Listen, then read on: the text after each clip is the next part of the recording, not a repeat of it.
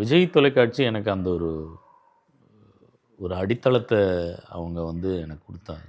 முகமாக தெரியுறதுங்கிறது வேற.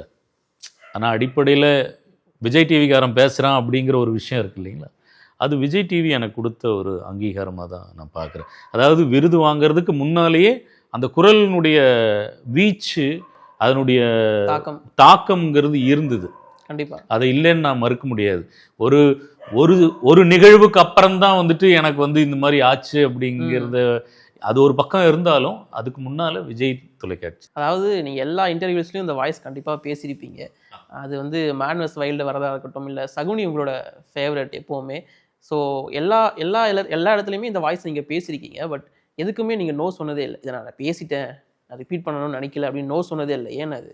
ஒரு கலைஞனாக வந்து முதல்ல நம்மளுடைய வெக்கத்தை வந்து களையணும். மக்களை மகிழ்விக்கிறதுக்காக தானே நாம் இருக்கோம்.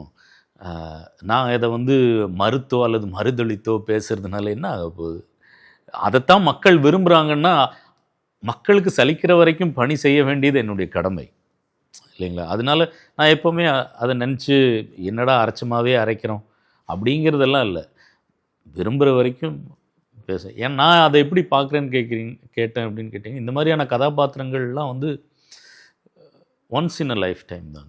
அது நம்மளுடைய இறுதி காலம் வரைக்கும் அது அந்த நினைவும் மக்களை மகிழ்விக்கிறதுலையும் என்ன தப்பு இருக்குது அப்படின்னு நான் நினைக்கிறேன்.